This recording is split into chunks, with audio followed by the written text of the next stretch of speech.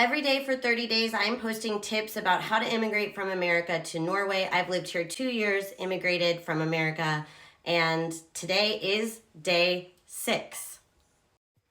The second most common question I've seen, maybe second or third most common, is can I bring my pet and how?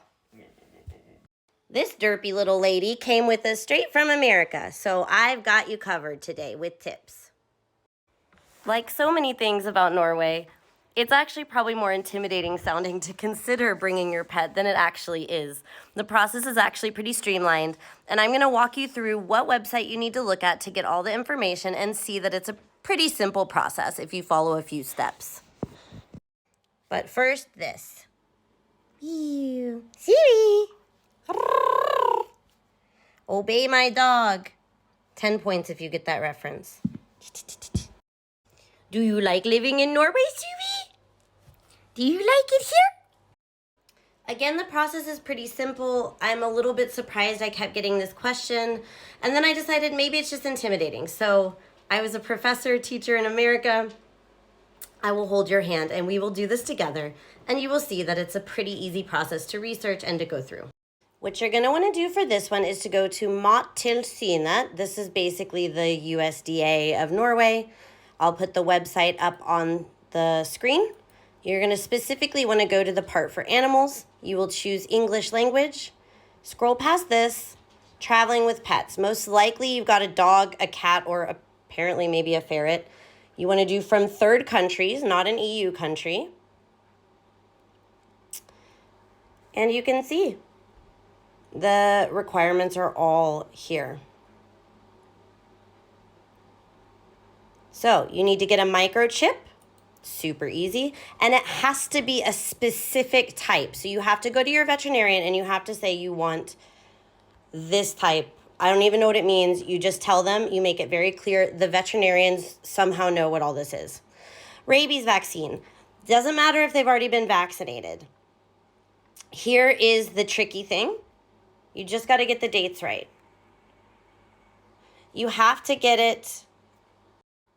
This language kind of confuses me, but basically what they're saying is that it has to be 21 days before you travel, okay? Double check this on your own, but I'm pretty sure that that's what it means. I will tell you, I probably checked my pet's requirements more than my family's, because if you get one thing wrong, they will quarantine your pet for a long time, and you will have to pay for it, and you'll be really sad, and your pet will be traumatized.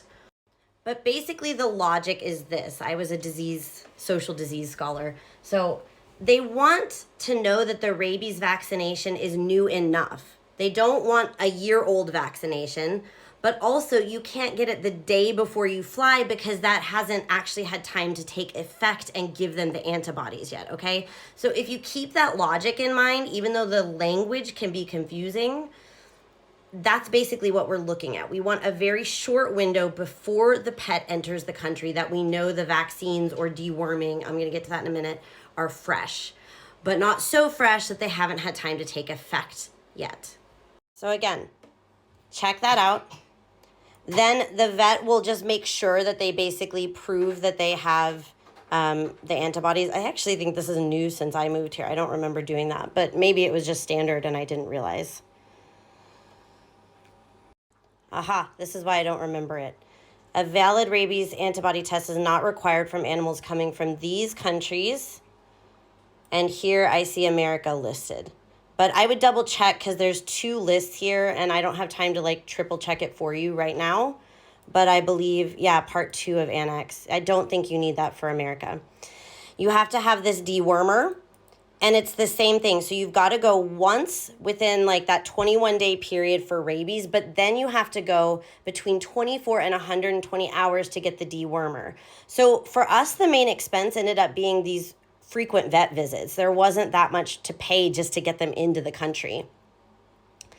An ID document, and this is a health certificate. Basically, you get all this work done, and then you send it to your local USDA office. They certify or notarize it and send it back to you.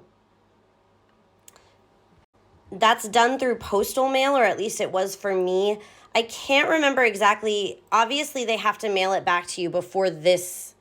You won't have time to mail this out. So I think we got like the vet just signed off on this in the end. The thing is that if you take all this paperwork to your vet and say, help me, they will. Like they looked into a lot of it for me, but always check their work because you don't want to have an error.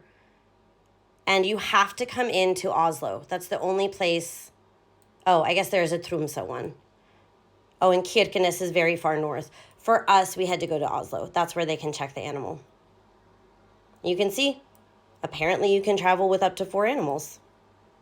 So I hope this helps. Again, a pretty clear and streamlined process, all available to you in English. And really for bringing an animal across an ocean when we have disease concerns, really not that much you have to do. I just think that you have to be very, very careful about it. And I would read and read and reread all the requirements so you don't get into a horrible situation when you get over here.